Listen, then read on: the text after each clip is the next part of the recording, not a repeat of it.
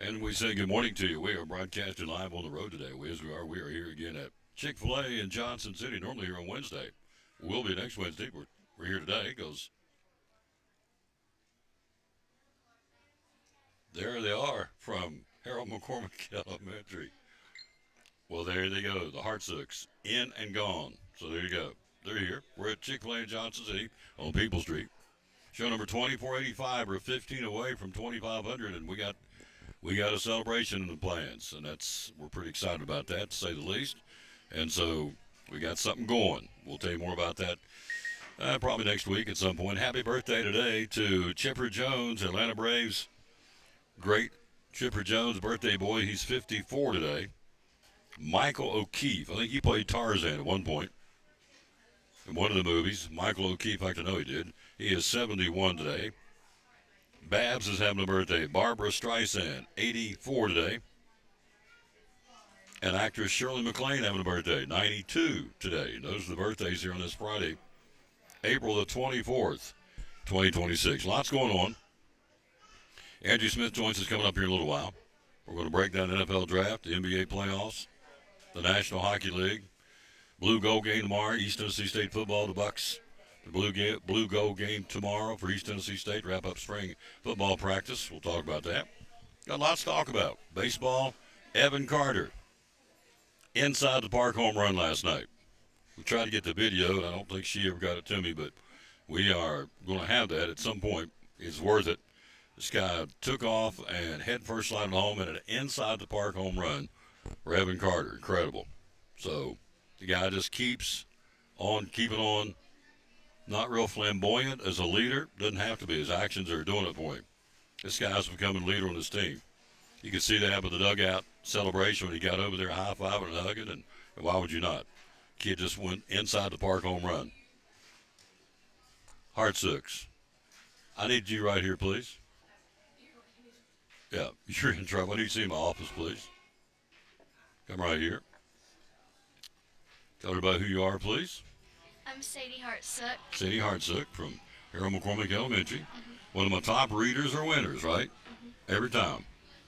You're the number one in the school again this time, weren't you? Yeah, that's what I thought. So you're over here with your mama. I'm not going to ask why you're here, but you're here to have lunch. What are we going to have? I don't know. Okay. Well, you're going to get a free ice cream for being on the show. So you want it in a cup or a cone? A cone. You like ice cream? Good. All right. So I've never known you not to talk. Are you reading in this 9 weeks too? How many books have you read so far? Oof. The whole year? Or just... This is 9 weeks since we started over. I'm not sure. No. A lot. What are you reading on right now? What's the book you're reading right now? I've been rereading a bunch of my graphic novels that I've got. My favorite book right now, it's about this girl named Natalie, and she's training for a triathlon. Natalie training for a triathlon, a graphic novel book. That's pretty cool.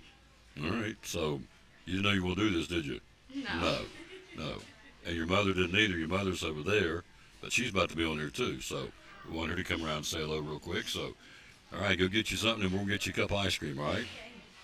So, hello, Mrs. I'm doing good. What a pleasure. I kept thinking, am I in Elizabethton? Because I don't see you over here, but here we are. It's a personal day, and Good for you.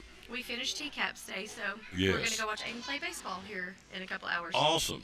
Get away from TCAPS is done, right? Yes. We're done? Makeup's today, and then we're finished. We're finished. Awesome. So we're coming back in a couple of weeks to do the final readers or winners, passing out stickers. So That's our last Last one one. ever, Tom. she's heading. Headed to T.A. Duggar. Wow. Yep. She's grown up on you. I know. Too Made fast. the cheer team. Hmm. She made the cheer team. Yep. Good job. So you'll see her lots of the ball games. JV cheerleader. Elizabeth High School. Little Katie Hartsock. All right. Eat your lunch. You get ice cream too if you want ice cream. So I'm good. I'm on a diet, Tom. Thanks, though, bud. we didn't. Okay.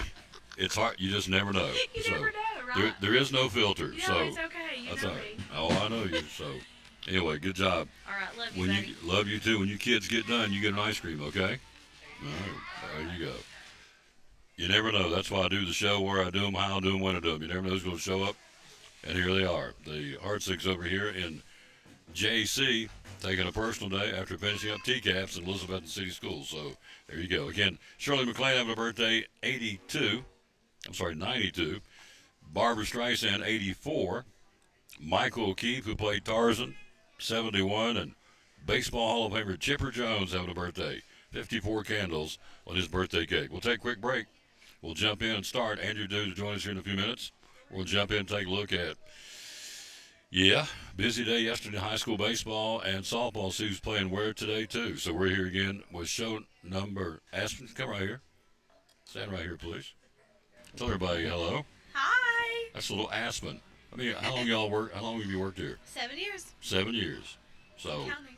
what's the coolest part of your job working here at Chick-fil-A? The people. The people. The customers. Absolutely. They're my favorite. Yeah. Do you ever go home and just arbitrarily say "my pleasure" because you say it so All the often? time. Do you really? Oh, yeah. All the time. I love it. So, have you tried the Jalapeno Ranch Club? Yes, it's amazing. You like it? Mm-hmm. Do you doctor it up? You just get it the way you put anything else extra on or anything? Nothing extra, the way it comes. All right. What about the Grilled. strawberry hibiscus? You tried it? It's good, the lemonade. You like the lemonade? Oh, it's amazing. All right. Little Aspen. Wave at him, Little Aspen. Bye. Thank you, dear. Yep. See, this is one of the treats doing this job. You just never know who you're going to run into. And there you go. It's about as simple as I can put it. All right, quick break. Big win yesterday. Cyclones beat a really good team. I'm telling you. Caden Cullip can sling it. The kid at first, Hayworth, can hit it.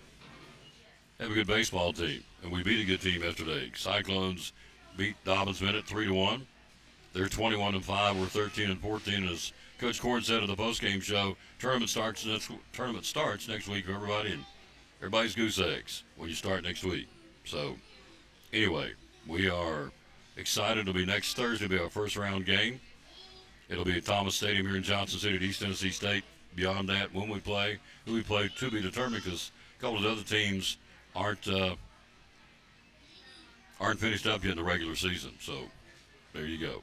All right, quick break. We'll jump in. We'll take a look at some high school sports right after this from Brumman Sports Shop. We're live at Chick-fil-A in Johnson City on show number 2485 of the Tom Taylor Sports Show. Brumman Sports Shop in downtown Elizabeth with your favorite school's T-shirts, polos, or hoodies. They can put your school, church, or company's logo on lots of different styles of hats, including Nike and Richardson and now Travis Matthew. Windbreakers, sublimated shirts, pullovers, koozies. They can order for any area school and your favorite team. Dry fit sleeveless hoodies, Nike dry fit t-shirts, women's and toddler sizes. You can order any uniform for any sport, including the pants or shorts from Brumman Sports Shop. And they always have a clearance rack to save you money. Plaques, trophies, medals, and ribbons, and all the engraving is done in-house. And they offer hard-to-find Letterman jackets of your favorite school for guys, ladies, and now elementary and middle school athletes too. And they offer all the different sports patches as well. Brumman Sports Shop, downtown Elizabeth, and Facebook, Instagram, website, BrummanSportsShop.com, phone 542-2321, Brumman Sports Shop in downtown Elizabethton.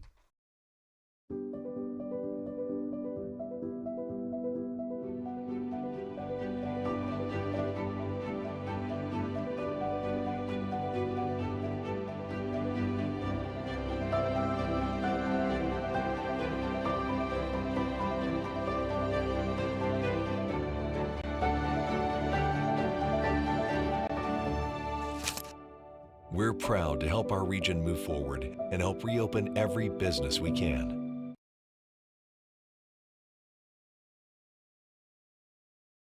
Hey, it's your girl Mayani. A little thing that I love about the Chick-fil-A Cobb salad is the chicken. Literally, the nuggets, they smack. When you put those nuggets in the salad, it just brings the salad to life. I'll give it a 10 out of 10. Hi, I'm Jasmine. And a little thing I love about the Chick-fil-A market salad is that the chicken is super juicy and the apples can be a little tangy, also a little sweet as well. So there's just a ton of different flavors. It's just so good.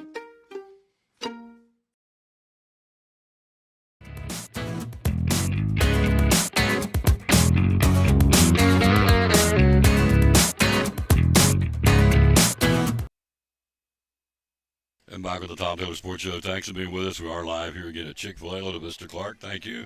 Patsy Lyons. Let's run down yesterday how things went in the world of sports. And we'll start with baseball yesterday. Of course, our games, we told you, Dobbins Bennett and the Cyclones. We win 3-1. Your players of the game were J.D. Hooks, Justin Whitehead with a 8 strikeout performance. His first start since he's in the 10th grade. He got her done, got the win. And so that was one of our players. And you had Elijah Ambrose and Jack Blevins and J.D. Hooks had 4 guys as our players of the game from yesterday.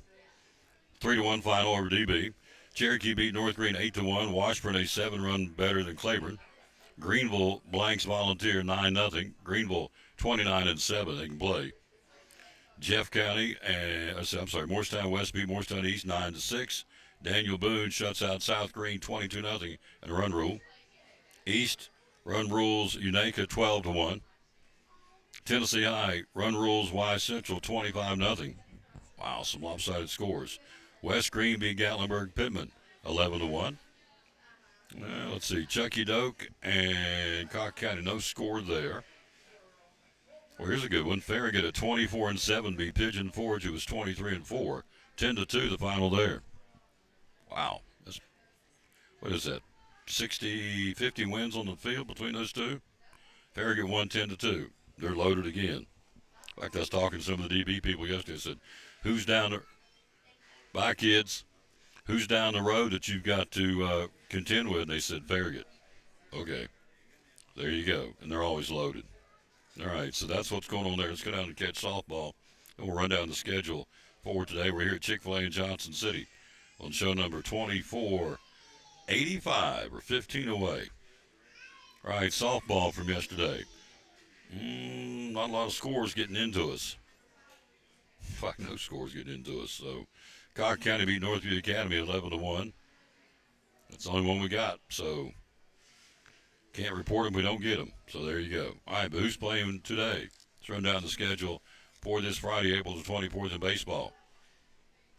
Happy Valley at Unaka. That's a 1 o'clock start, too. It's coming up here just a little while. Sullivan East at Westridge. Daniel Boone at Lebanon, Virginia. Tennessee High hosting the Tazewell Bulldogs out of Virginia. Cloudland at Tri-Cities Christian. Volunteer at Claiborne today. Iroquois County at Science Hill. And Dobbins Bennett hosting Maryville. So Indians jump right back into it against a really good Maryville team. All that's going on today in baseball. In Southwest Virginia baseball, Gate City at Lehigh. Thomas Walker at Rycove and Twin Springs hosting Eastside. Softball today. Lady Cyclones at Volunteer. Hampton at Cloudland. Johnson County at Sullivan East. Chucky Doak at Providence Academy today in softball. Morristown West at Daniel Boone. Cherokee's ladies hosting Harlan County, Kentucky. University High's ladies hosting Hancock County. And Crockett softball at West Green today. In Southwest Virginia softball, Lehigh at Gate City. And Thomas Walker at Rye Cove. One soccer to talk about today. Cosby will be at Providence Academy here in Johnson City. One soccer in Southwest Virginia, girls and guys, Lehigh at Gate City. So that's your schedule for an absolute Chamber of Commerce day again. Got rain coming in here tomorrow, a lot of it. Another big round of rain on Tuesday. We need it. We're in a drought condition here in Northeast Tennessee, so we need the rain. It is very, very dry, to say the least. So we need the rain. And so hopefully we'll get it tomorrow. I think it's tomorrow evening. And then another round of rain coming in on here on Tuesday. And then the baseball, our tournament starts next Thursday. We'll have a complete rundown of the tournaments on Monday. Everybody gets started on Monday, Tuesday, Wednesday of next week. So Cyclones will be off until next Thursday. Who we play, when we play, to be determined. We know we're playing at Thomas Stadium here in Johnson City at East Tennessee State. Before we go to the break, Big John's Closeouts. Spring fix-up. You're looking for cabinets. Unfinished maple shaker kitchen cabinets now back in stock at Big John's in Elizabethton. All wood cabinets in a wide variety of sizes can be either stained or painted. Priced to save you a considerable amount of money over special order pre-finished kitchen cabinets. Do it the way you want it. Unfinished maple shaker kitchen cabinets. Cabinets also a great cost-saving option for storage needs in your workshop, your basement, your laundry room. Be sure to check out their in-stock post-formed countertops in 8 to 10 and 12-foot lengths with 5 popular colors to choose from. If you're doing some spring picks-up, you want to go to Big John's, East Elk Avenue, your Elizabethton Steel dealer for sales, parts, and service. In fact, your Tri-Cities Steels dealer. Get over there and get it because they're American-made. Made in America. Yeah. Steel. We'll take a break. We'll be right back. He's here. Andrew Smith, sports writer, Johnson City Press. We'll put him to work twice this week. Plus, I lured him with food from Chick-fil-A. He said, I'm there. Can't blame him. Plus, he does a great job. We'll talk blue gold football. We'll talk the NFL draft. We'll talk the NBA playoffs. His Hawks. We'll hear all about that. I can guarantee you. We'll hear about the Hawks. Yep, he's already grinning. They're up 2-1. And he's going to be gushing. His Braves are doing well. He's on top of the sports world. Andrew Smith, sports writer, Johnson City Press, next on the Tom Taylor Sports Show. Hey there, neighbors. Todd Houston here with the Elizabethton Church of Christ, wishing you a very happy new year and a wildly successful 2026. I'd like to invite you to come and get to know our family here at Elizabethton as we are seeking to be more like our Lord every day. We're no perfect people, but we're a people that love the Lord and love you. We'd love to get to know you. If you'd like to join us, our times are at 10 and 11 a.m. on Sunday, 6:30 p.m., and then again Wednesday evening at 7. You can find us on Facebook or at elizabettoncoc.org. Talking to Mike Barnett, the owner of Big John's Closeouts, proud sponsor of the Tom Taylor Sports Show and Cyclone Sports. Why buy here from the local guy versus the big box chain stores? Well, I think, one of the things you have to consider when you're talking about buying local is you're supporting people that live in your community, that worship with you, that are involved in civic groups with you, that your neighbors, people that you've known for years, and also, the proceeds stay right here in Carter County. They go to not only pay the taxes here and stuff, which any business that exists here does, but it supports athletic programs, it supports nonprofits, it supports needs within the community, maybe where you've got a veteran that has a need or something that we can help offset the cost through discounts or donations, and stuff. Then we get hit with that quite a bit, as far as that nature. So we're able to help the community as well as encourage our young people, both from small all the way up through high school with banners, sponsoring their sports teams and stuff of that nature. Plus, we have a vested interest in helping the customer that comes in. We want them to get the right item for the job and leave with what they need to finish that job. We want to listen to them, understand what they're doing, and they're not just to us just a number, if you would. They're someone we want to build a relationship with and a friendship with that trust us. Pretty simple, folks. Be loyal, buy local, and buy from Big John's Closeouts in downtown Elizabethton, where they hammer high prices. Proud sponsor of Cyclone Sports and the Tom Taylor Sports Show.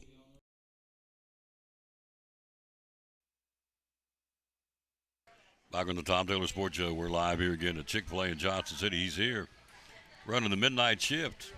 He was down covering UT baseball last night. Got on what time? Like 1:30, somewhere in there.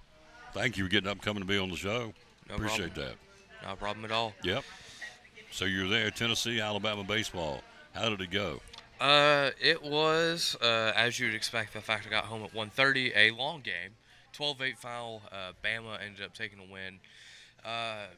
Just wasn't a great showing by Tennessee's pitching staff on the whole. Josh Elander said that after the game yesterday. Tennessee walked 10 batters, hit a few more. Hard to win baseball games when you don't throw strikes on the pitching side of things. The offense looked okay, Garrett Wright had 2 homers in the first 2-3 innings. So he had a really good game. Most of the offense was decent, but just couldn't quite make up all the free passes. 10 batters you walked? Wow. That's a leaky pitching staff. That is not good. They threw Cam Appenzeller. Liam Mack didn't go deep in the game. I think he only threw 2 1/3. He was the typical Friday starter, didn't go deep. They turned to Cam Appenzeller, who's been one of the best relievers in the SEC as a whole.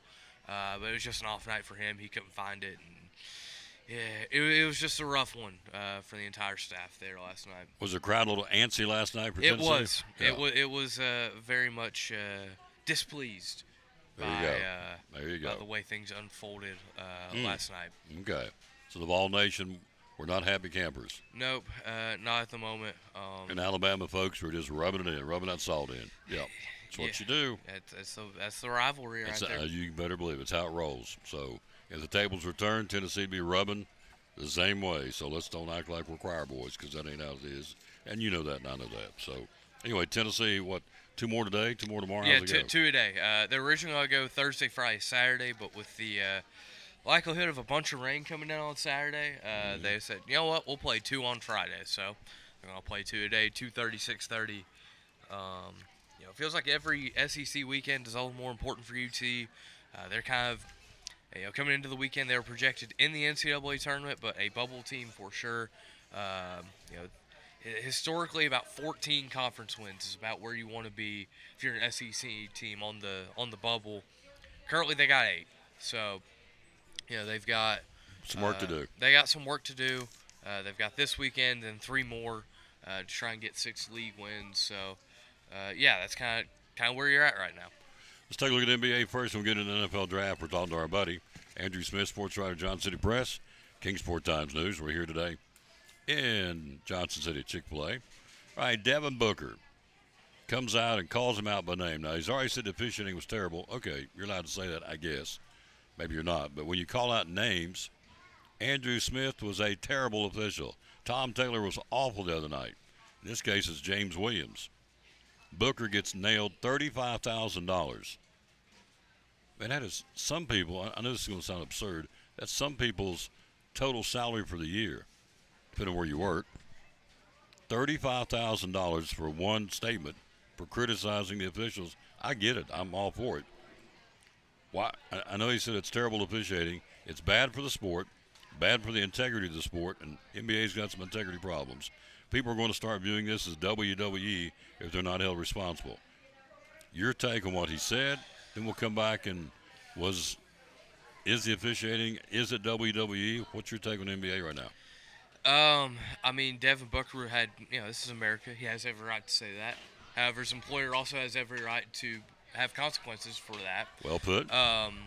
But I can't say I disagree, at least in terms of his frustrations in particular with their game against Oklahoma City the other night.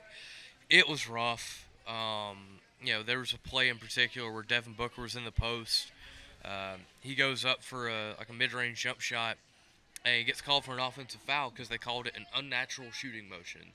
Basically trying to say, hey, he tried to go out and create contact. I watched it. He went straight up. That was a normal jump shot. Later in the game, to make matters worse, an unnatural shooting motion? Yeah, that's what they're calling that. Okay. So they called for an offensive foul because of that. So a little bit later, I believe it was Shea, but I could be wrong. But somebody for Oklahoma City very clearly kind of throws his arms out to draw a foul, and he gets the foul call.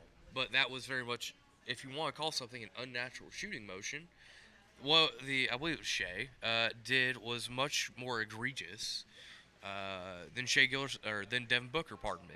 So, I think Devin Booker had a point, in particular with the game the other night. WWE, I don't know if I'll go that far. There definitely are integrity questions. Like, you think earlier this season, a player, a coach, all kind of got involved, got arrested, investigated by the FBI for gambling. So there are real integrity questions with this sport. No question. And where it's at right now. So. And he pleaded guilty. The guy's going to come out and say, they asked him last week when he gets into the court, he said, I'm going to plead guilty.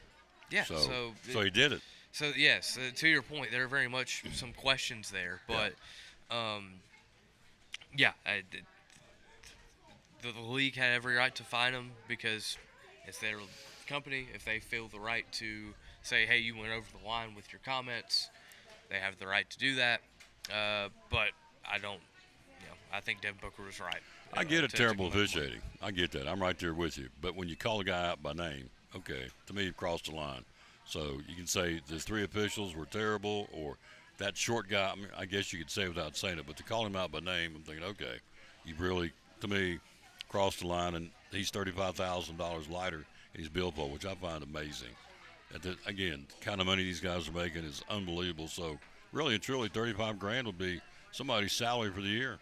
So probably a lot of people's salary for the year, I guess. I don't know. All right, NBA last night. Your Hawks won. Jaden Johnson, 24.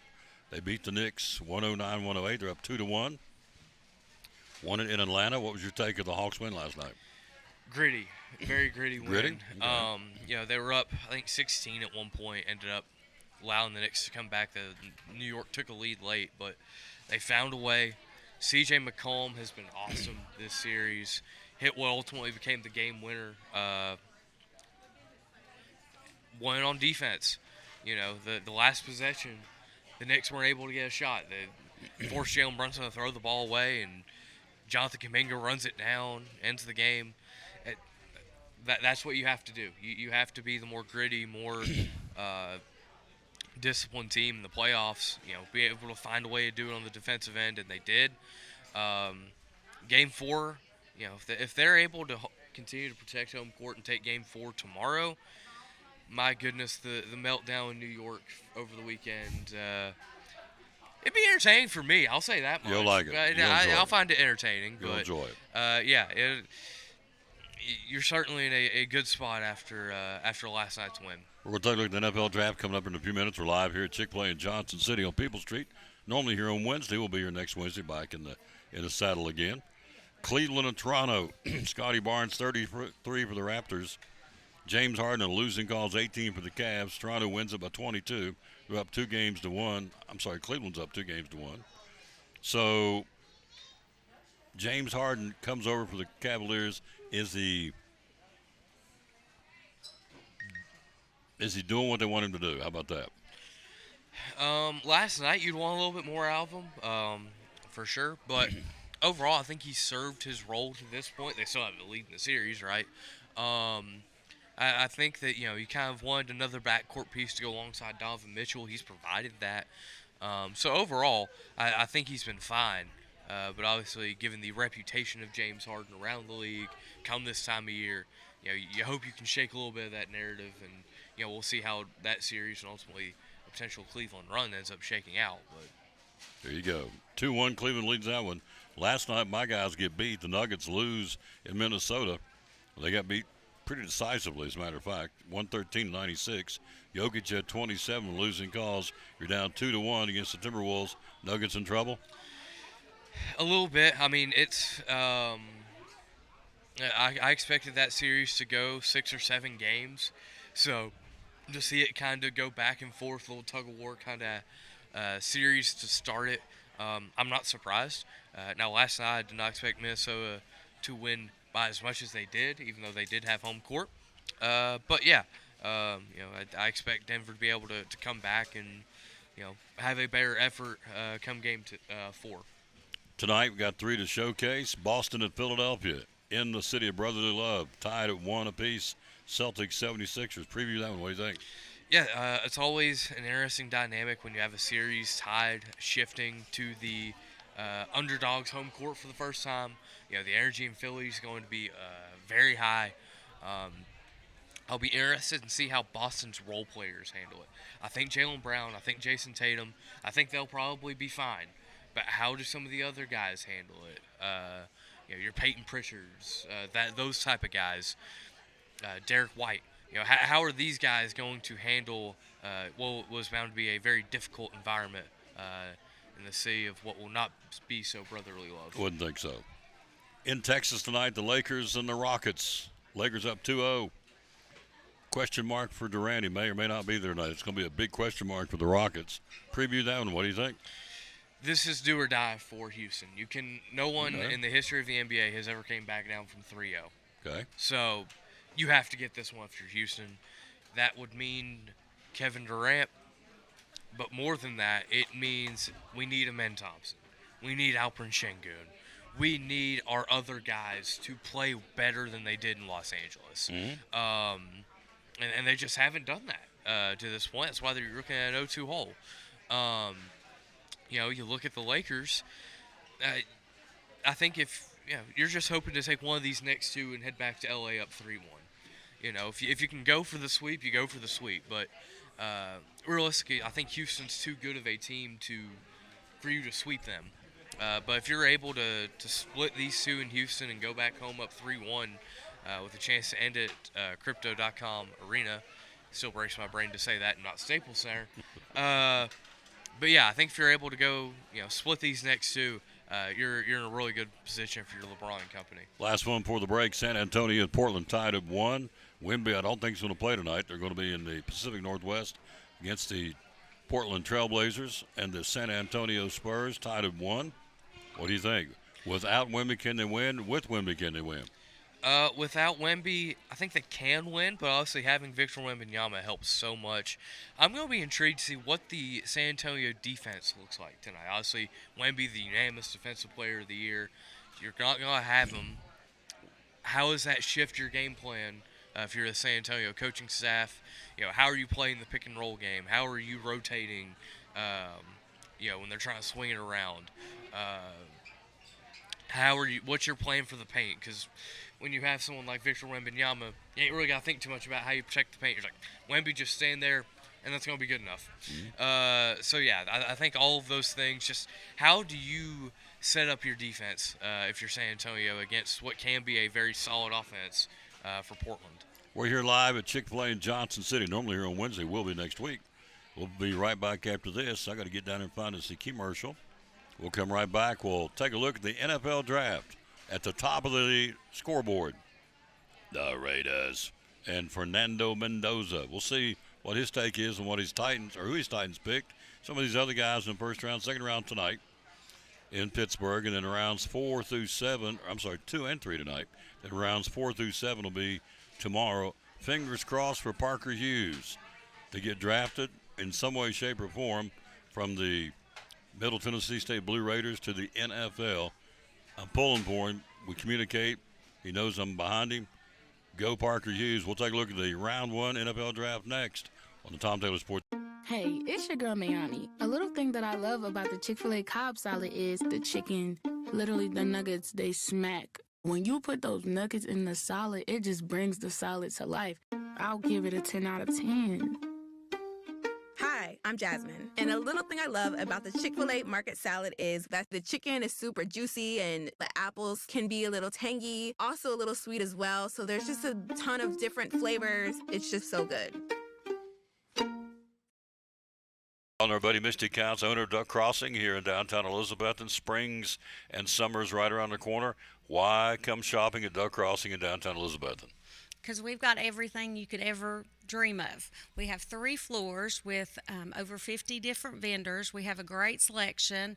We have more than 75% of our items are vintage, which are 25 years or older. So we are an antique mall, but we specialize in vintage items and things that take care of vintage items, like our cleaning supplies and things like that. We have clothes, we have jewelry, we have a little bit, like I said, of everything. Yep, and you do. Hours are open? We're open through the week, 11 to 5:30, Monday through Friday. Saturdays, we're open 10 to 6. Closed on Sundays. Closed on Sundays. How do we find you on social media? We're on Facebook at Duck Crossing Elizabethton, Instagram at Duck Crossing Antique, and on TikTok. 3 floors, over 50 vendors. Be loyal, buy local, buy it in downtown Elizabeth. Yes. The Duck Crossing Antique Store, one of our proud sponsors of Cyclone Sports and the Tom Taylor Sports Show.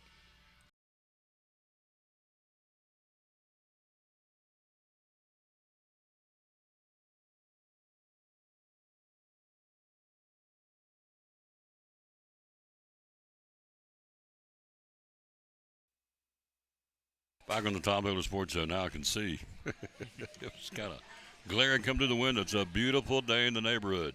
Busy day as we ran down. Compliments of the Johnson City Press. Busy day in softball and baseball. We're winding things down. We're going to take a look at that here in a minute. We've got him here today, putting him to work. He's going to eat like a mule, and we're working him like a mule. He's a good guy. How old are you, by the way? 24. 24 years old. So, and I'm telling you right now, I'm lucky to have him come on this show. The Johnson City Press, Kingsport Times News is lucky to have him, too. I'm just telling you. He's a good guy. All right. Raiders pick up Fernando Mendoza.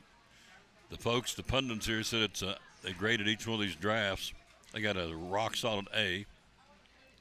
Raiders made a good move. You think you did good? I mean, this was a no-brainer. Fernando Mendoza was always the pick, so not shocked. That's kind of the way you expect it to go, and I think it's good for Fernando to have a guy like Kirk Cousins there in Vegas. He doesn't necessarily have to play right away. Mm-hmm. Kirk Cousins can show him the ropes a little bit. So yeah, I think this is a pretty good landing spot for Fernando, all things considered, and obviously, it was QB1 this draft. I think by a pretty decent margin. Hello, little JoJo. Hello to George Young. Thank you, Patsy Lyons. Thanks for watching. I thought it was really neat. He was not in Pittsburgh in the draft. He was in Coral Gables, Florida. His mother has been diagnosed with MS, and so they're there for some treatments and some things going on. So he opted to stay with her. And, of course, it is Zoom and split screen and all that. So I thought that was a pretty cool thing that he stayed with his mother, who could not make the trip to Pittsburgh for whatever reason. I'm not sure the whole story, but he stayed with her in Coral Gables. Doesn't matter. The Raiders drafted him. They're all excited.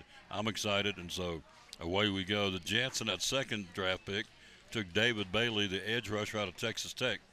They say a C-. That was not a good pick. But later in the first round, in terms of who was the top edge in this class, I'm not the biggest fan of grading drafts the morning after they happen. Yeah. None of these dudes have played a snap of NFL football. I'm with you. Let's just do them. Good job. I think it addresses a need for the Jets. Their defense had some struggles last year. I think it's fine. Cardinals picked Jeremiah Love, the running back out of Notre Dame, outstanding talent, but some of the folks said, we ain't got a quarterback. We need a quarterback. They opted to go with him. For a team that's not built to contend without a quarterback, it's Kyler Murray's gone.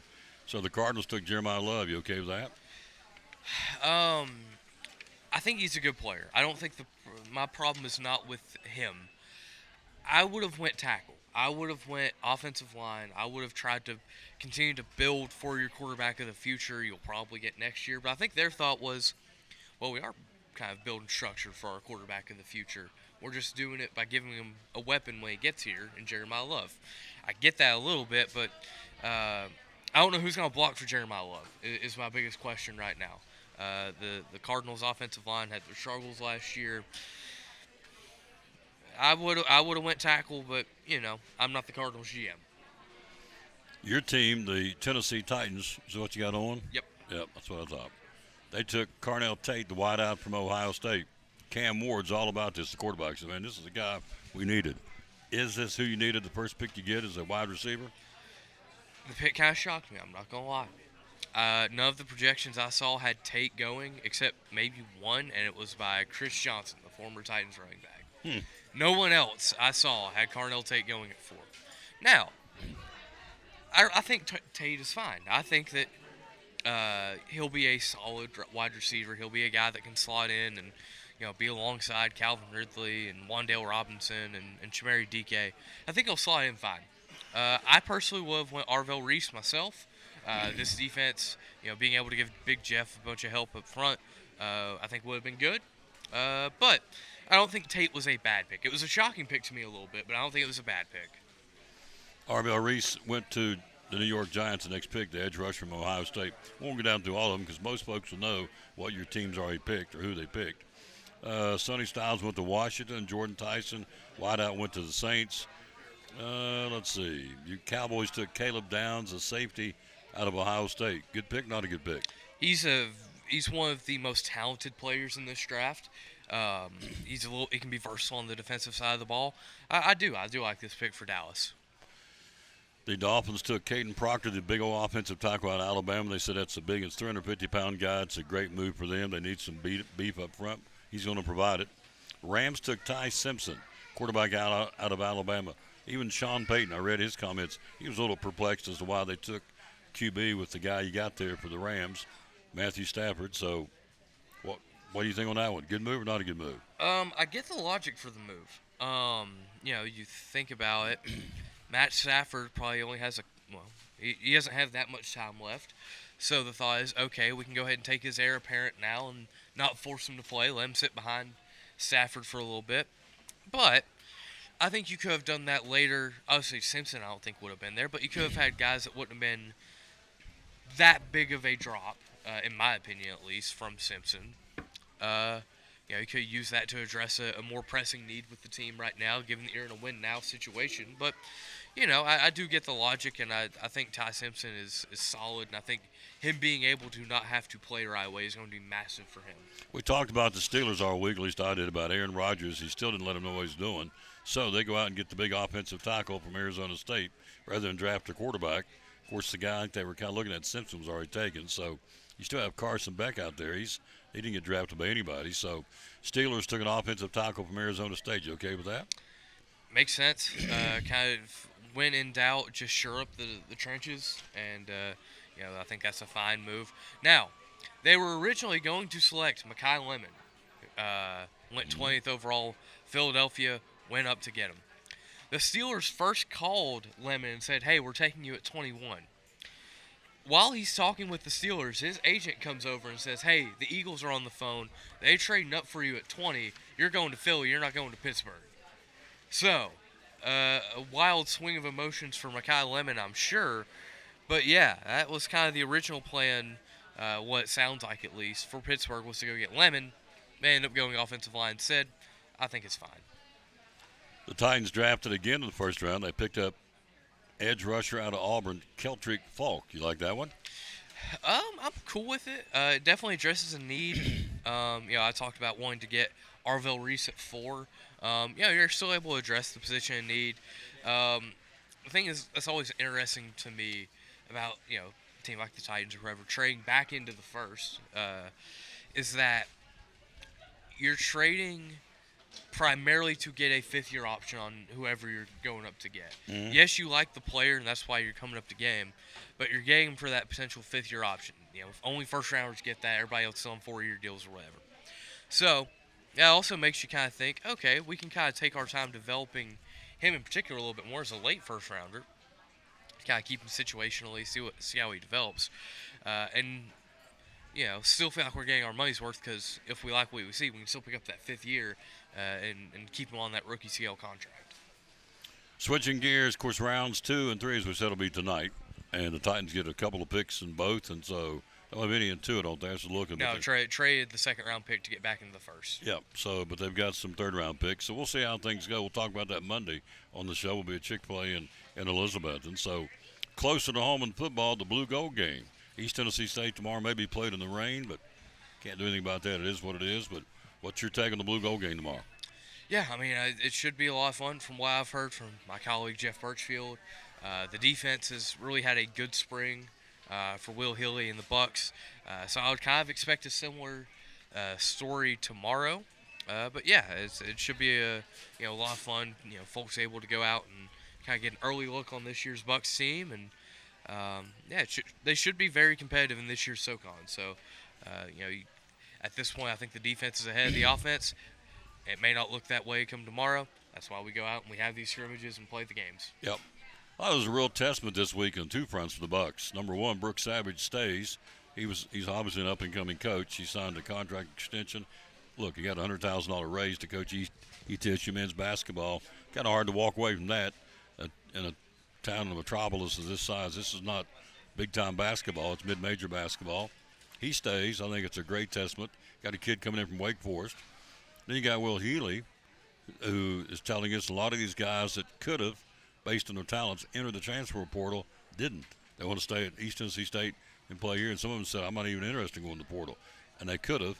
I thought that was a great testament to him as a coach at the Buck football program as a whole, that these guys say, instead of testing the waters, I'm happy in Johnson City. Yeah, no, it definitely speaks to the culture that Will Healy is building here in Johnson City for ETSU football. Having talented guys that want to play for you, want to stick around, want to see this team, compete for a SoCon championship, compete for FCS playoff bids. I'm with you. I think it does say a lot about the culture he's building here. So, what are you covering this weekend? You get some downtime? So tonight I'll be covering a little bit of girls lacrosse between Science Hill and Dobbins Bennett, senior night for the Lady Indians. Then, a little bit of downtime tomorrow, Sunday, before district tournaments begin next week. Hard to believe we're Oh, already yeah. here. So lacrosse, let's talk about that before I let you go. It's a sport that's obviously growing. It's in its infancy. It's on the basic foundation here to get growing, go up in lacrosse in both boys and girls in Northeast Tennessee. So DB and Science Hill have lacrosse teams. Yes, both of them have lacrosse teams, and also I believe it's under the banner of South Green, but they are in a co-op with, I believe, Greenville and maybe Chucky Doak as well, kind of a general Greene County team as well. They just got started this year. DB Science Hill have been going. They've had club teams for a handful of years, but last spring was the first year it was sanctioned by the TSSAA. So yeah, it's a fun sport. I think kind of hockey-esque. If you're not too familiar with lacrosse, it's kind of similar to hockey in a way. Obviously played on grass. Scores and ones and goals, and it's a fun sport to be around. It's cool to cover. The speed of the game, a little bit of physicality, especially on the men's side. You can really see some good hits as well there. So yeah, it's a growing sport for sure. Transfer rule kicks in July 1st for TSSAA is mandated. Everybody gets a chance if they want. Transfer once, middle school and high school, commencing on July the 1st. What's your take on what's going to happen? Well, I mean, we've obviously still the past few years seen, some transfers happen anyway. Even if this isn't the official rule doesn't go into effect till July. Yeah, I definitely will be intrigued to see how many kids decide they want to take that up and want to, go elsewhere.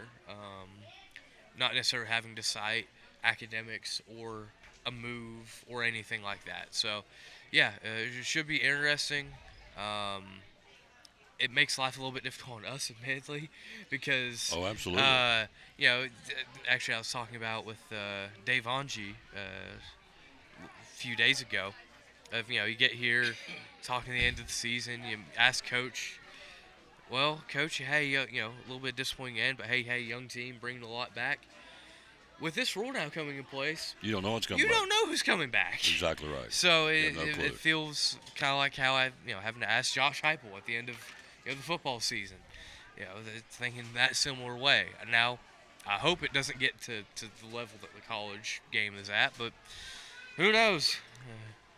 My favorite story about that, and I'll let you go, was midway through basketball season, went to call a game in one of the schools, and I was double-checking the roster because I know people quit, get hurt, whatever.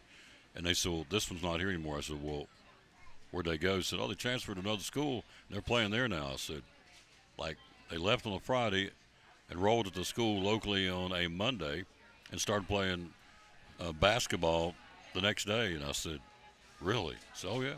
I said, this is where it's going? He said, oh, yeah.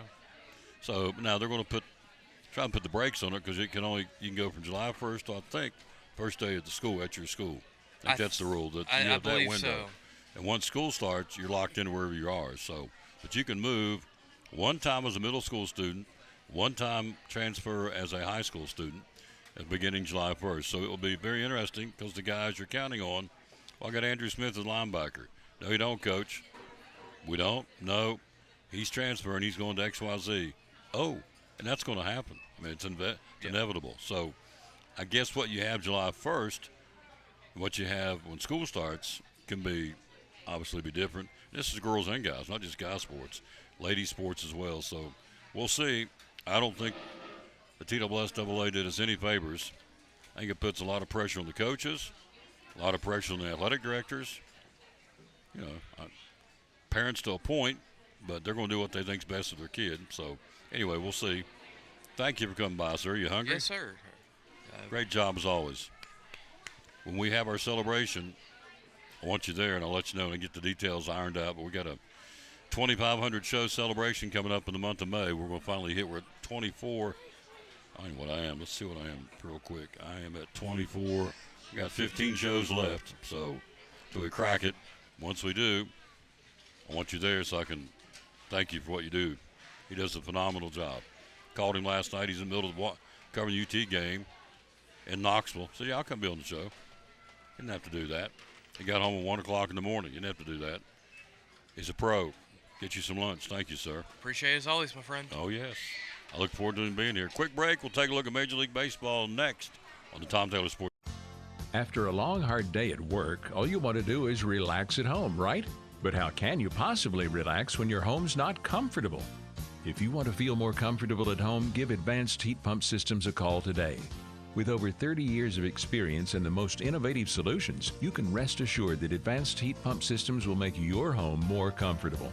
Give them a call today, 926-2665, or visit them online at advancedheatpump.com.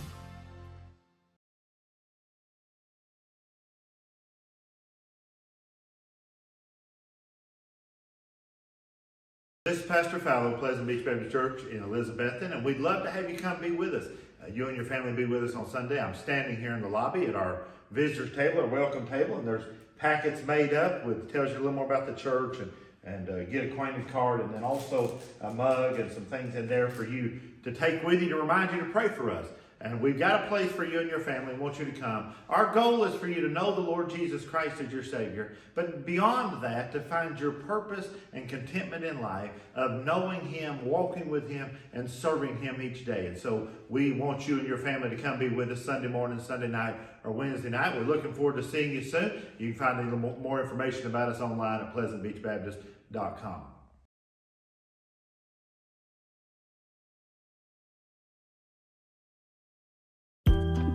At Northeast Community Credit Union, we know the importance of taking care of your family and building our community.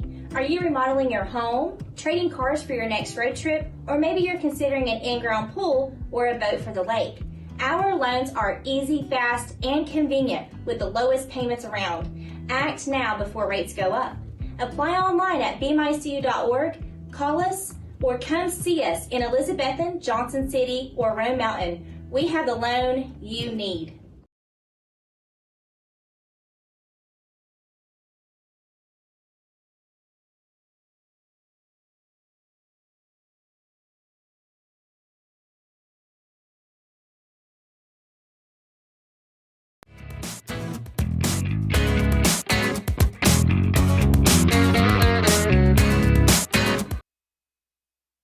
And back on the Tom Taylor Sports Show, to Wayne Hayes. Hello to Lynn Huff. How y'all doing? We're here live again. Chick-fil-A, Johnson City. It's lunchtime. And so we jump in, talk a little Major League Baseball. Last night, J.R. Ritchie allowed a home run on the first pitch as a major leaguer. How about that? You talking about a butterfly as big as his table. James Wood tees off on him. But then after that, it allowed one more run over 7 innings. Settled down and really pitched well for a guy that got drilled on the first pitch of the game. They beat the Nationals 7-2, 8th win in 9 games for Atlanta. Ozzie Albies homered and had 4 RBIs for the Braves.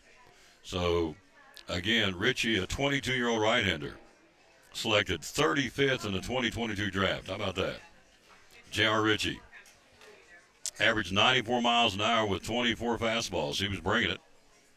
So, anyway, Ritchie became the first Brave to allow 2 runs or fewer over 7 innings in his debut since Matt Weisler, can't remember how to pronounce his name, in 2015. Braves, grand homes tonight. Homestand open against the Phillies, who are a terrible team right now. And Andrew Painter, both guys are 1-1. And so that's tonight in Atlanta, the Phillies and the Bravos. How about it? Evan Carter, an inside-the-park home run. We'll get that video this weekend. I'll have it for you Monday. We can play that as often as we want. Incredible. Hit the front off the fence in right field. Carried away from the right fielder and center fielder, kind of bounced back into no man's land, the middle center field. Evan Carter with wheels, to say the least, can fly. Inside the park, head first slide home for an inside the park home run. Place went nuts. That's what I liked more than anything else what I saw in that video. I may pull it up on my phone and just play it, let you see it on my phone. It won't be a big screen like I want, but I want you to see it.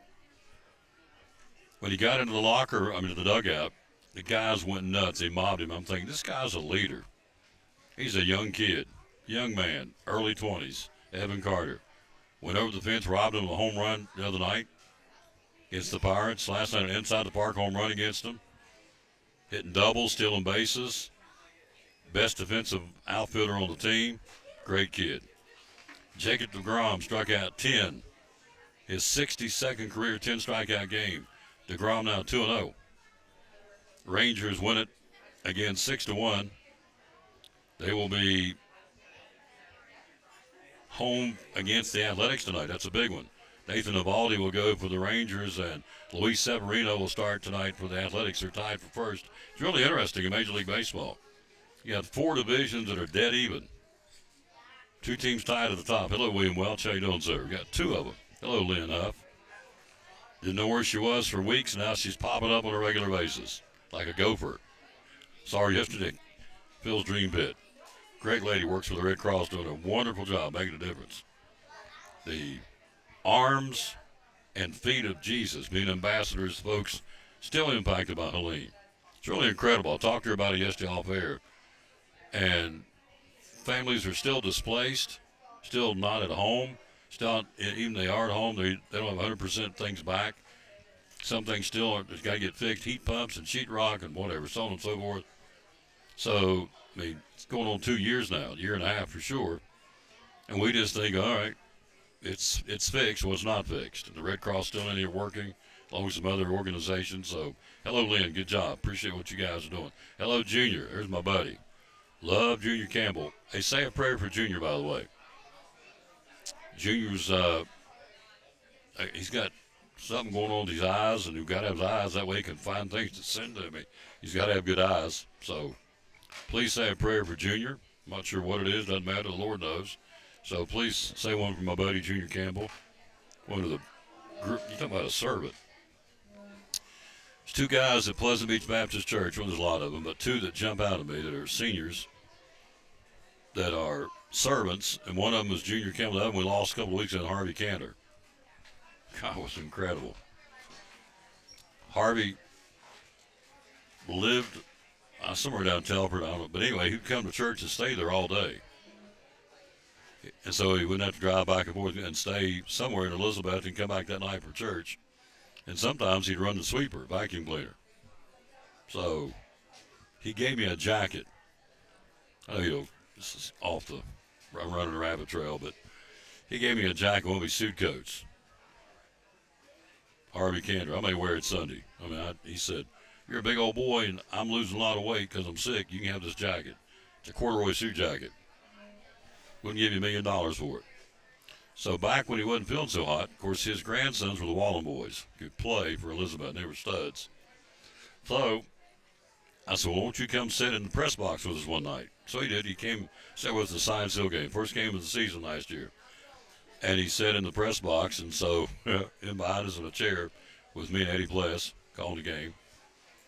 So he'd never been in a press box before watching the game, so I turned around to him at halftime, and I said, I was asking about the game because the game was an exciting game at Science Hill Elizabeth. I said, what do you think? He said, I was referencing the ball game. It's halftime. What do you think? I didn't say what about the games. What do you think? He said, and I quote, you talk a lot. I said, okay. I'll never forget that as long as I live. So Harvey Cantor and Junior Campbell, Bud Street, I can run you down a list. I'll leave a bunch of people out, so I won't. But he's a good one. He's our Sunday school teacher. Sang here, was it last week? He sang special music. I can do it all. Superman. All right, so, hello, Junior. He's watching. Hello, Lynn. You're watching. Thank you. All right, so, Evan Carter. Let me see if I can find that. Do that real quick. Just bear with me here. We're at Chick-fil-A in Johnson City. All right, see if I can find this. I know I got it on Tom Taylor Sports. Let's see. Come on now, don't freeze up now. There you go. Oh, here it is. All right, I'm going to put it up here. It's halfway through it. It only takes about 8 seconds. He runs the bases like a deer. So I'm going to put it up here, and here we go. I'm going to let you see. We'll do a better one on Monday. I'll get Kerry to pull this.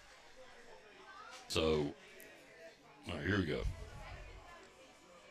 Watch him. He's rounding first, bounces off the fence, back in the middle of center field. He sees he's got at least a double. Now he's got a triple. Watch him shift gears right here. Boom. He's running like a road runner. Head first slide, inside the park home run, Evan Carter. Is that not awesome? That's one of us, folks. That's one of our guys. That's here. That's home. That's country. Evan Carter, inside the park home run last night. Not the best video, but you get the idea. You can go to the Texas Rangers and you can watch it on the full screen, but you get the point. All right. Speaking of the Rangers, as we said, they've got Nathan Eovaldi on the mound tonight against Luis Severino. The A's in Texas are tied for first.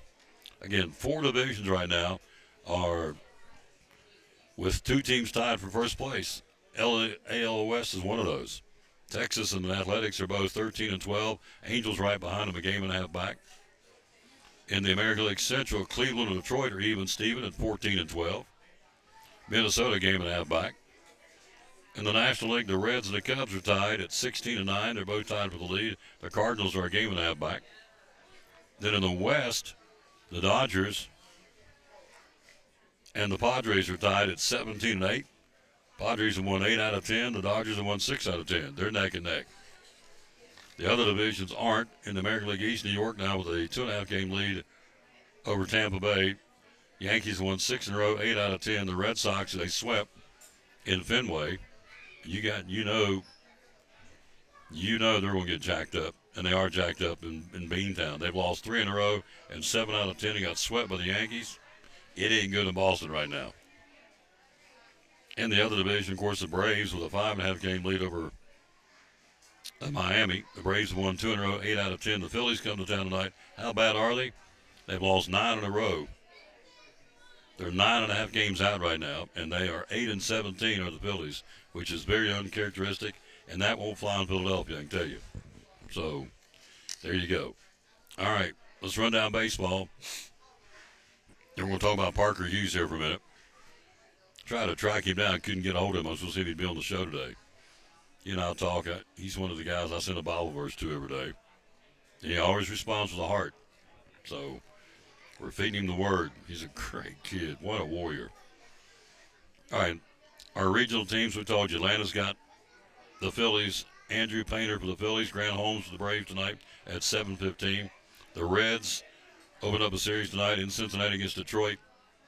Framber Valdez, who over from the Astros a year ago, he'll start for the Detroit Tigers, and Andrew Abbott goes for the Reds. Other games tonight, Boston and Baltimore. Cleveland and Toronto. The Mets hosting Colorado. Minnesota, Tampa Bay. White Sox home to Washington. Angels in Kansas City. Pittsburgh and Milwaukee tonight. The Yankees will be in Houston. Seattle and St. Louis. The Cubs and the Dodgers, that's a big one. Both teams, again, tied for first place in their divisions. That's head-to-head. That's going to be a dandy. The Cubs and the Dodgers starting tonight. 4-game set at Dodger Stadium. And San Francisco playing better baseball under Tony Vitello. The Giants will have Miami in town for the weekends. That's your Major League schedule. Braves have Philadelphia at home. Reds have Detroit at home. And Evan Carter and the Texas Rangers at home against the Athletics. All right, round 2 and 3 tonight at the NFL Draft. Parker Hughes, who tried, didn't try, he auditioned. I don't think he tried out. But he auditioned a couple of weeks ago. Let me tell you what, you want something good? Get the sweet tea and the lemonade here. It's called Sunjoy. That is good stuff, good for your throat too. So, Parker Hughes, Mr. Football, Elizabethton Cyclone, started at Hampton, transferred to Elizabethton. The rest is history. Then went on to Middle Tennessee State, leading tackler on the team. I know that top 2 tackler, either first or second. I have to go back and check. I forgot to do that. Who was the leading tackler on the team? Middle Tennessee State football. Maybe Junior can look it up for me. But I know he's either first. He wasn't first, he was second.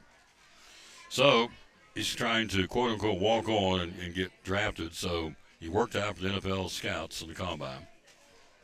Was impressive enough for the Titans to say, we want to work you out too. So they invited about, I think it's 12, 13 people. Coach Ryan Wood was telling me this. By the way, they won yesterday. We'll tell you more about that in a moment. We got a lot of sports left here, so don't go away. So Parker gets asked to work out with the Titans. About 12 or 13 guys, if I remember correctly, is what Coach Witten told me. Anyway, he ran a 4.340, 40 yards in 4.3 seconds. That's scooting it. Put him in the weight room, said, what can you do? Put 225 on the bar. Put him there. Of course, he doesn't get any help. It's not like he has any assistants, anybody watching him. He sat down and did it. 225 on the bar, 25 times. Never flinched. Got up and kind of shook himself, and I thought, okay. That's a man right there. So, with those kind of accolades, we hope Parker Hughes gets drafted. Bryson Rollins, who took Elizabeth to 2 state championship and state runner-up and rewrote all the records in the South Atlantic, or most of them, quarterback passing records, and certainly rewrote all of them at Maryville University, is heading to Finland to play in the European. If I was an NFL team, I'd try him. I mean, you got guys out there that are he's just as tall as they are, and he's a gamer. This guy wins everywhere he goes. He won in Junior Cyclones. He won at T.A. Duggar. We got these at Elizabethton because he was part of that. He was the quarterback. Won 2 in a row, ran the table, went 30-0, and then got beat in the 3rd straight championship game in overtime at Tullahoma.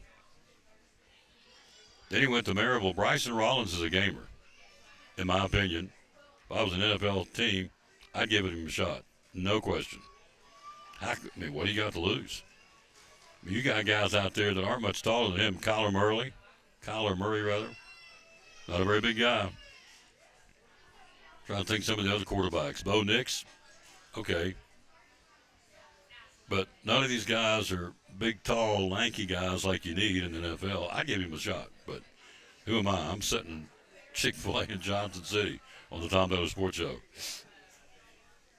But there are intangibles in a champion, and you know this. And he has the intangibles. He wins where he goes. He rallies the team. The kids buy into what he says. He wins. He's a winner. That intangible right there, if I was an NFL team, and maybe they've looked at him and said, he just don't fill the bill. I don't know. But I think they're missing the shot. Put this guy in a uniform of the National Football League as a quarterback. It's too small. Now I ain't buying it. Do we remember a guy named Doug Flutie? Remember what he did at Boston College? Had an okay career. There you go. Junior Campbell, right on it. That's my buddy. He's my Sunday school teacher. We're going.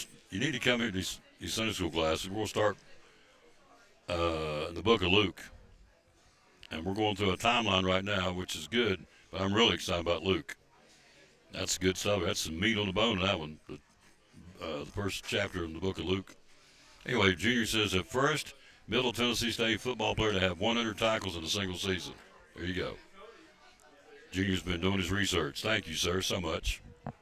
So, I don't care what Sue says about him. I like him.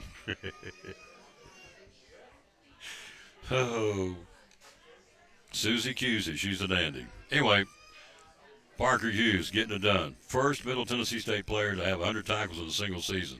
I hope he gets drafted. He deserves to get drafted. And what a great success story to get him in as a walk-on and look at him what he can do. All he wants is a chance. And I think he's deserving of a chance. So we'll see. So don't hand it to him, make him earn it, but I think he's earned it. First Blue Raider in the history of the school to have 100 tackles in a single season. Parker Hughes from right here. He's one of us. Jason Witten, one of us. Evan Carter, one of us. Parker Hughes, one of us. Landon Knack pitched for the Dodgers a couple years ago. Got him a ring. One of us pitched at Science Hill. I'm going to leave some people out. But these guys are success stories, I'm telling you. And they just have grit and they won't quit.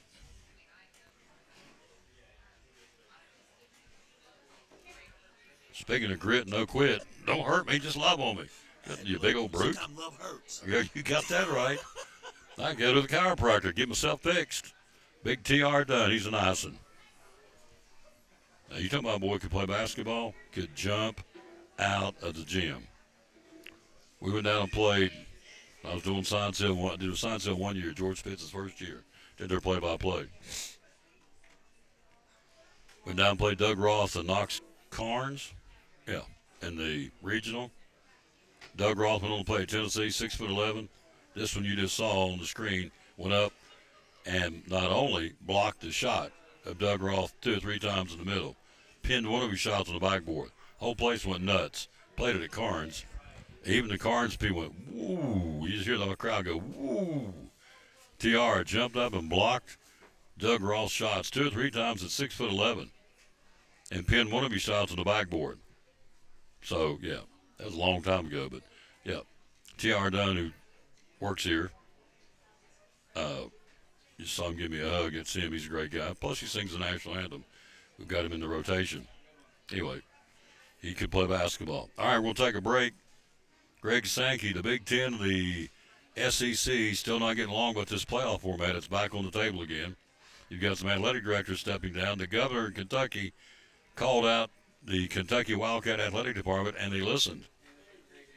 Changes in the wind because the gov said, as he said, I am concerned about the direction of the University of Kentucky Athletic Department.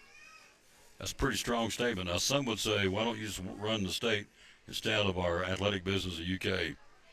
He didn't.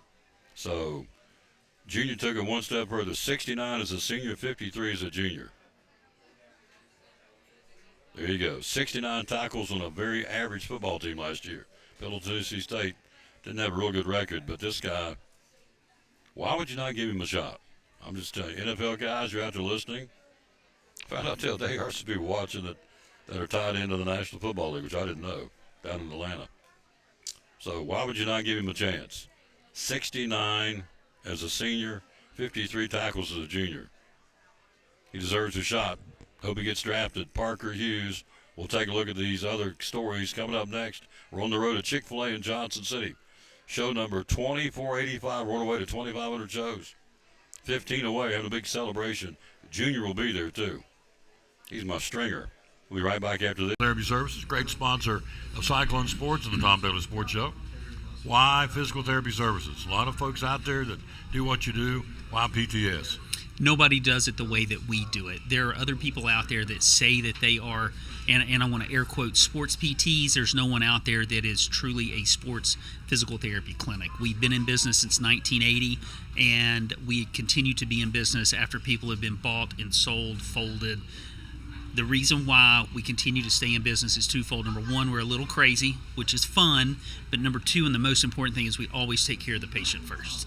You take care of the patient first. This is what my dad always taught me. You take care of the patient first, everything else will fall into place. Locations? Where do you have locations? 1975 West Elk Avenue.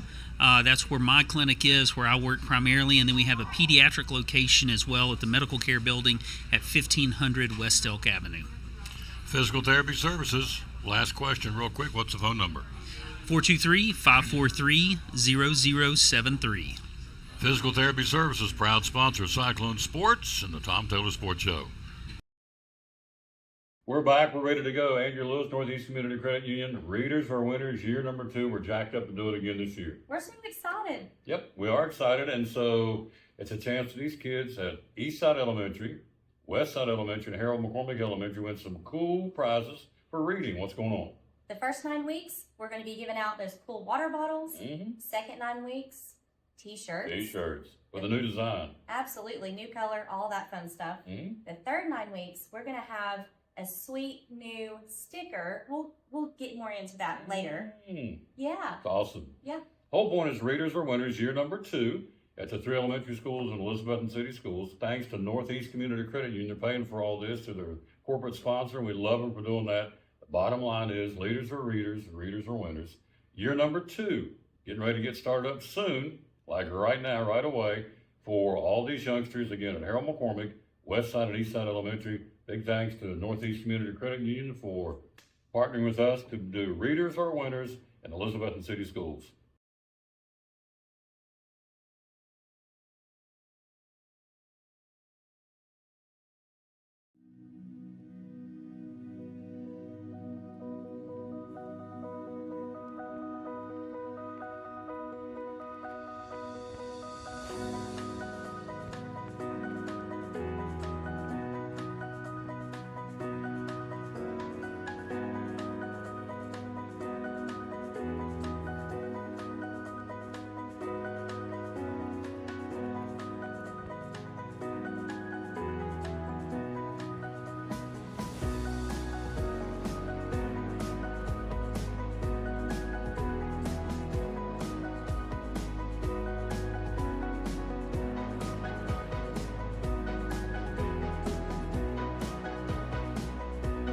Our success is your success.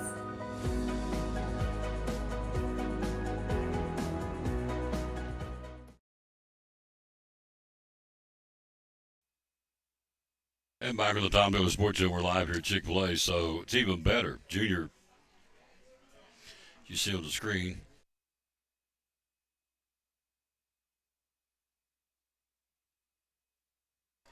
Oh, got no tickle. Hello, sir. So Parker Hughes has 222 tackles, Middle Tennessee State, from Elizabethton. 53 as a sophomore, 69 as a junior, and a senior year of 100. So all told, if I had them upright, 222 tackles for Parker Hughes. You got to give me a look-see for Parker Hughes from Elizabeth to Middle Tennessee State. So round 2 and 3 tonight, the draft. Tomorrow 4 through 7. Which now goes on Monday. All right, they still want to do a 2014 playoff. Big Ten says they won 24. The SEC says they won 16. It's back in there again, so ACC, Big 12, Notre Dame are wanting a 2014 field. The SEC wants to stick with the 16-team field. Greg Sankey says, we're going to get what we want because we control it. Big Ten and SEC, so if they go to a 2014 model, conference championship games will be likely to be eliminated. Greg Sankey said, no, they won't, because they are sponsored. We have contracts from advertisers. We will continue to play the championship game. Well, that really throws a kink in it if you're going to play 24-team playoff format. Just logistically speaking, you would think that the conference championship game, in this case SEC, would go away. Sankey says, no, we have contracts and opinions are expressed, but we have contracts that are dealt with. We will have a championship game. There you go. He has spoken. So that's going to go. All right, so stay tuned to have until December the 1st. Any change will be made for the 2027 season needs to be made by December the 1st. He says, we'll see if my counterpart, the the Big Ten commissioner, can sit down and hammer something out. They have until December the 1st to do that, which you would like to think. It's April. You're 7.5, 8 months away. You would like to think you could sit down and put on your big boy pants and hammer this thing out, because it's going to be a ripple effect for a lot of people. All right, the governor of Kentucky said, we don't like what's going on in the University of Kentucky Athletic Department. Is he meddling? I don't know. Some would say yes. Stick to politics and let Kentucky do their thing. Well, he didn't. So he said that Mitch Barnhart, who is retiring, will give him $1 million retirement job. And so as a result of that, the Gov said, I got a question at it. There's a job, you're paying $1 million with no definitive job description. They've changed it. Barnhart said, I'm not going to take it. The retiring athletic director said, well, I think I'm going to do that. So Mitch has informed the school he'll retire from his position as athletic director on June 30th and step away from the proposal of $1 million. It's called the Sports Workforce Initiative, but there's no job description on this. It's a pie $1 million gig. Come on. Let's call it what it is. So now the governor, Andy Beshears, he's still down on Barnhart, who's retiring June 30th. He said, you let John Calipari get away. Calipari goes to Arkansas. You know what he did this year. So you fired Stoops. You hired Oregon offensive coordinator Will Stein to replace Stoops. Mark Pope, replaced by Barnhart on Calipari, lost in the second round of the tournament, has not landed not one. This is interesting. Mark Pope, coach of Kentucky, has not landed not one top 100 recruit and has missed out a bunch of portals. Nobody wants to go there right now, apparently. Governor said, you know, Barnhart was named in that 2024 Title IX lawsuit involving former swim coach of Kentucky, Lars Jorgensen, who was accused of sexually assaulting multiple swimmers. And so he's part of that too, or he was involved in that decision making and that whole process that came down in the 2024 lawsuit. So the gov of Kentucky is not real big, obviously, on Mitch Barnhart. He says, I don't understand why you're paying him $1 million for a job that has no job description. Guess what? Barnhart said, you know what? I'm not going to do that. Virginia Tech Athletic Director Whit Babcock announcing his retirement. Something going on in Blacksburg. I don't know what it is, but something, because the president's stepping down after 12 years.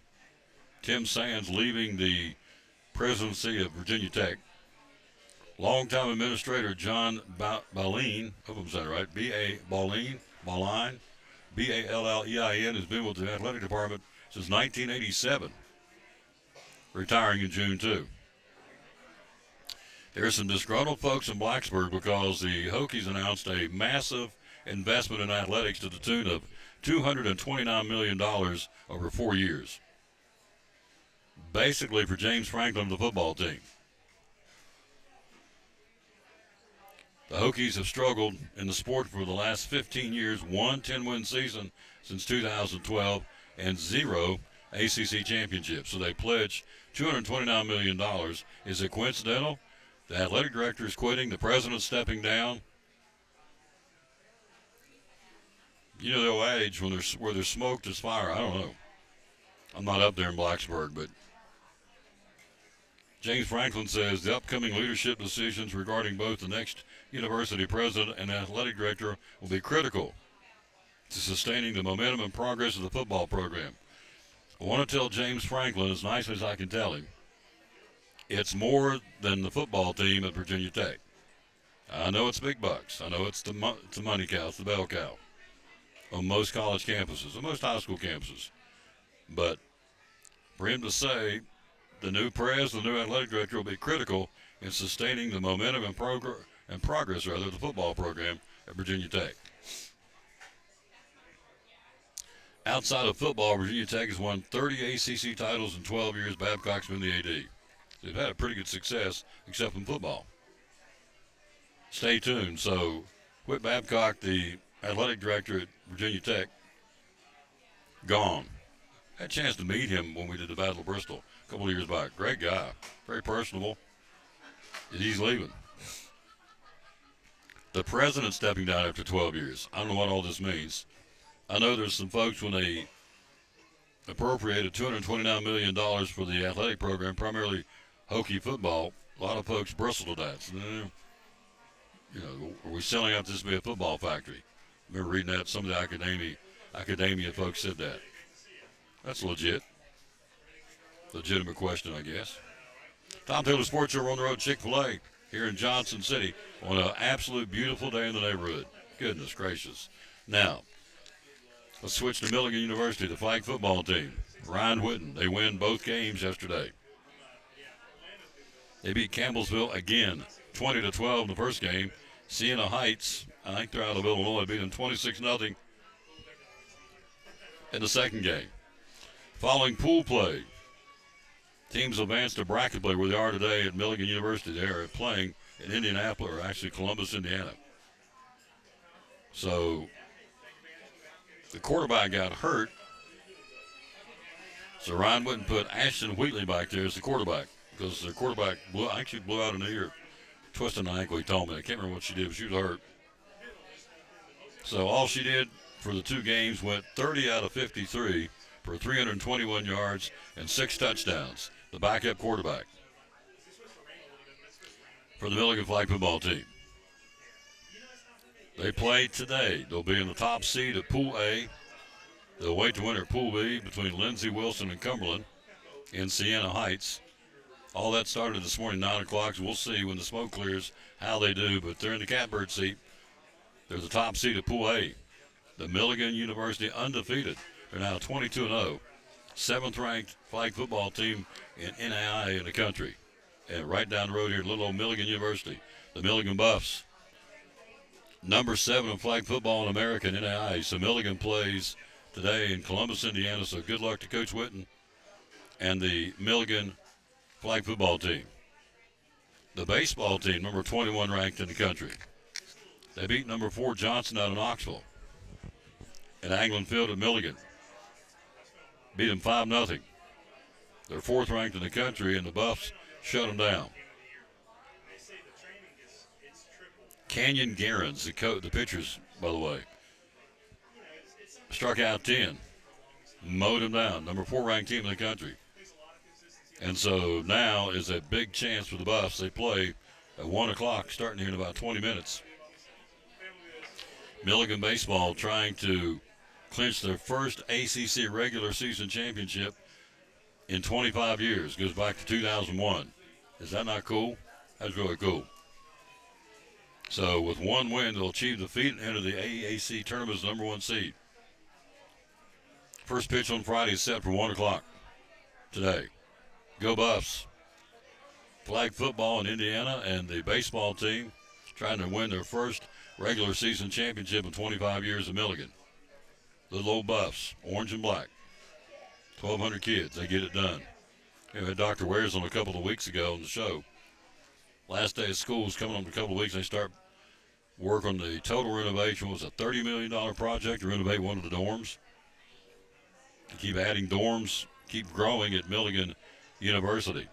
All right, we'll take a break, come right back, run down baseball one more time, run down baseball, high school baseball and softball schedule, and soccer one more time before we get out of here.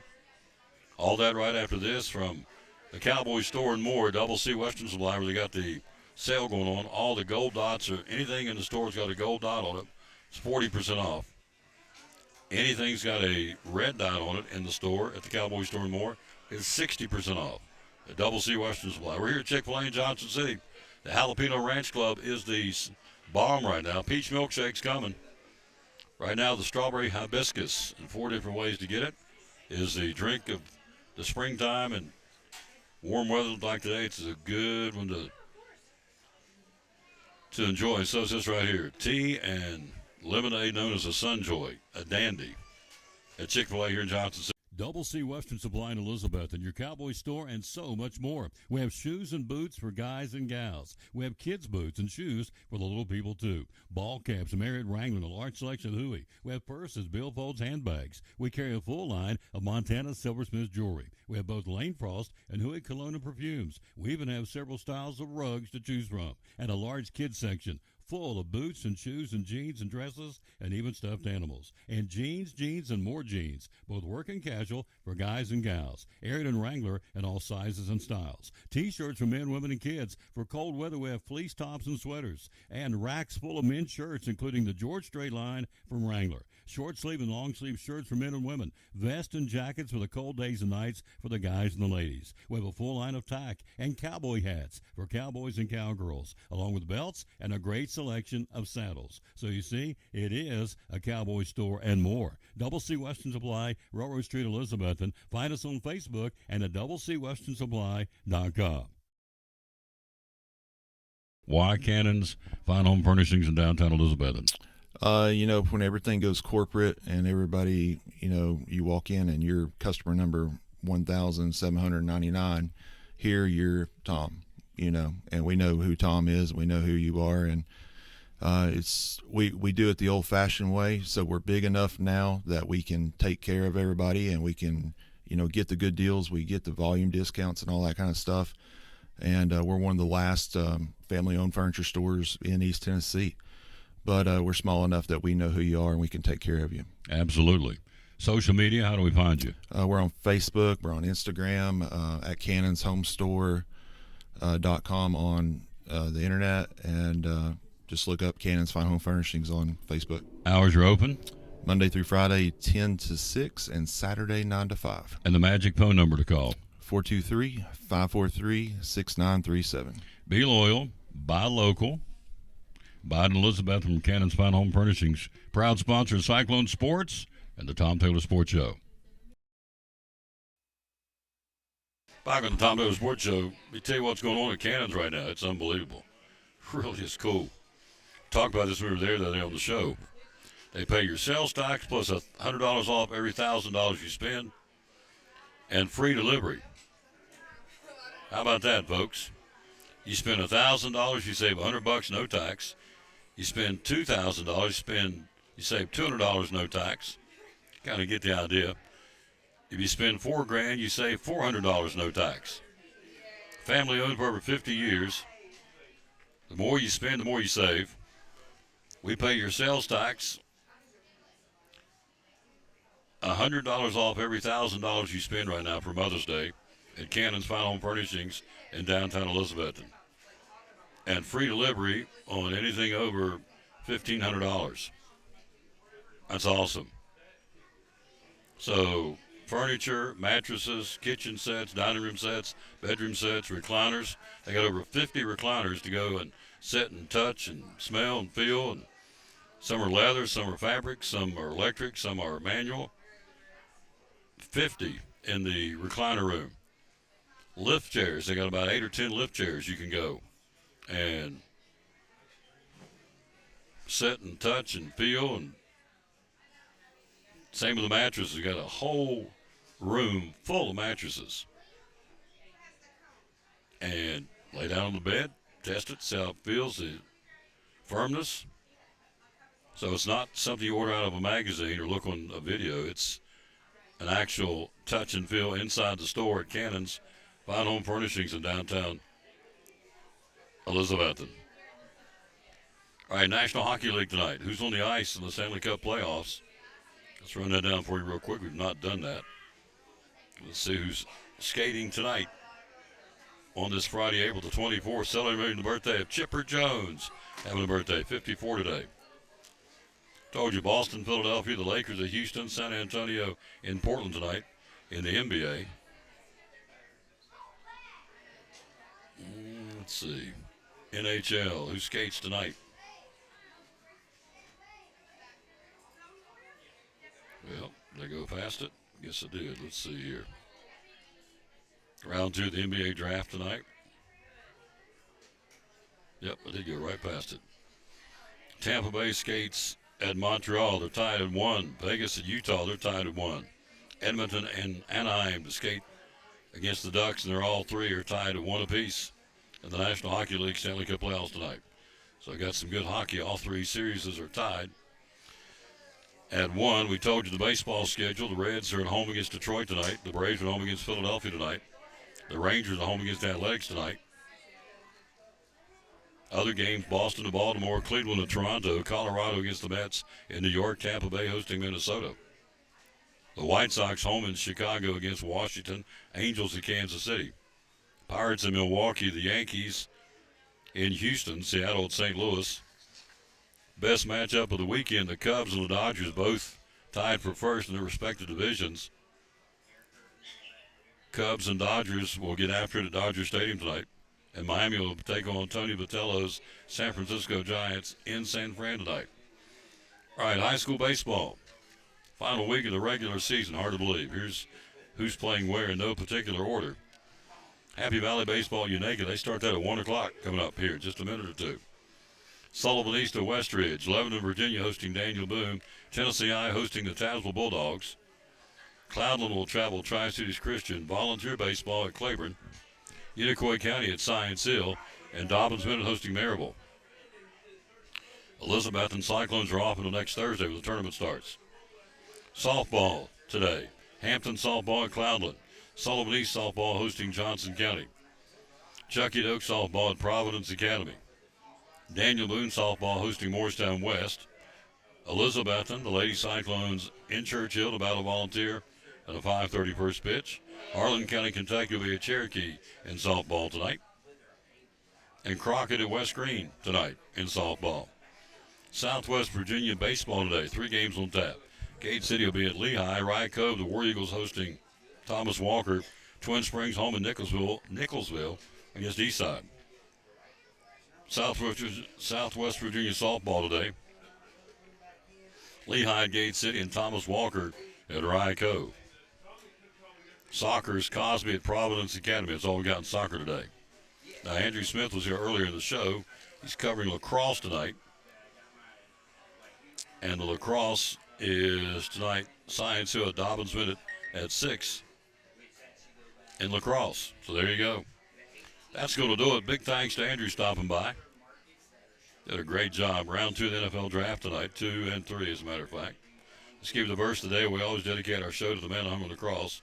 This is really good. Good stuff. We can trust in God's promises. He will not take us somewhere and leave us there to fend for ourselves.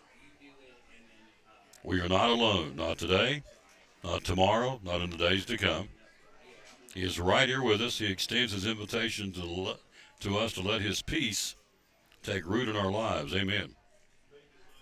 Thank you, Lord Jesus, that you still love us and care so much for us, even though we don't always trust in you like we should. It's a great promise. And here is the verse. Psalms 28:7 says, "The Lord is my strength. My heart trusts in him, and I am helped." The Lord is my strength and my shield. My heart trusts in him, and I'm helped. Good way to end the show. Thanks for watching it, by the way. Like it and share it. Back with you on Monday. Wrapping up show number 2485. Got the big 2,500 show celebration coming in May. Tell you more about that. We'll get all the details worked out, but it's a coming. We're going to have it. 2,500 shows, not for me, but for the folks that have been on the show all the time. Great guests. Regulars. Andrew Smith, Doug Fritz back in the day. Jeff Birchfield. Joseph Taylor. Greg Salyer, Jeff Beverly, and it goes on and on and on. And then all the other guests we have that come in. We got probably 10, 12 guys that are regulars virtually every week on the show. Got to get them all in there and thank them publicly for 2,500 shows. We'll be doing that in May. All right, have a great weekend. We will be off getting ready for baseball tournament next week and softball tournament. Have a good weekend. If you don't have a church home, love for you to come visit us at Pleasant Beach Baptist Church. A lot of folks are. And so we're in the process of praying through a building program of sorts because we pretty much maxed out what we got. And we're doing it the right way, very conservative, but we are looking at the possibility of building. But anyway, if you don't have a church home, come be with us on Sunday at Pleasant Beach. If you don't have a Sunday school, come early, come into the sanctuary and hang out with us in junior Sunday school class. Does a great job. They all do a great job. He's my teacher, so I know he does a good job. I know that firsthand. Then Pastor Fowler will be there with us in round 2 at the 11 o'clock service. If you don't know who we're talking about, here he is. This is Pastor Mark Fowler, and we want to invite you to be with us at Pleasant Beach Baptist Church sometime soon. And we're thankful for what God is doing, and we've had visitors almost every week. We have so many people that God is using his word to accomplish a work in their life. And we want you to come. Now, I think about our society today, and there's a lot of talk about the negative aspects and generations and what's missing and what we're going to do and how do we face this social issue and how do we face that social issue. And that is always the buzz. And if we're not careful, we talk like God doesn't have an answer. 2 Timothy chapter 3 we looked at the other night together in our church, and it reminds us that yes, in the last days there's going to be some difficult things come, dangerous times, but the antidote is always God's word. And so what we're trying to do is to provide Bible answers for today's tough questions. And we're building Believers by the Book. So we want your family to come. We're thankful to have a Sunday school hour and a junior church and master clubs and a youth group and all those things going on. But what we're trying to accomplish is to get the Word of God into the hearts and minds of God's people. That's who you'll come here and preach on Sunday. If you don't have a church home, we'd love to have you. All right, we're out of time. We sincerely thank you for yours. Again, as we wrap up show number 2,485 on our unusual stop, only because it's a different day, but it's a great place to come to a show. We love coming here. Chick-fil-A in Johnson City on People Street. The owner's right there, Tim Birchfield, great guy. Great guy. What an ambassador for the Lord. We're out of time. We sincerely thank you for yours. And Mom used to say, bloom where you plant it. We always say, win or lose, be a good sport. Thanks for watching the show. Thanks for Andrew Smith coming by being on the show. Thank you for watching it. Like it and share it. We'll see you back here on Monday. We'll be at Chick-fil-A in Elizabethton. Till then, so long from Chick-fil-A in Johnson City on show number 2,485 of the Tom Taylor Sports Show, live today here at Chick-fil-A.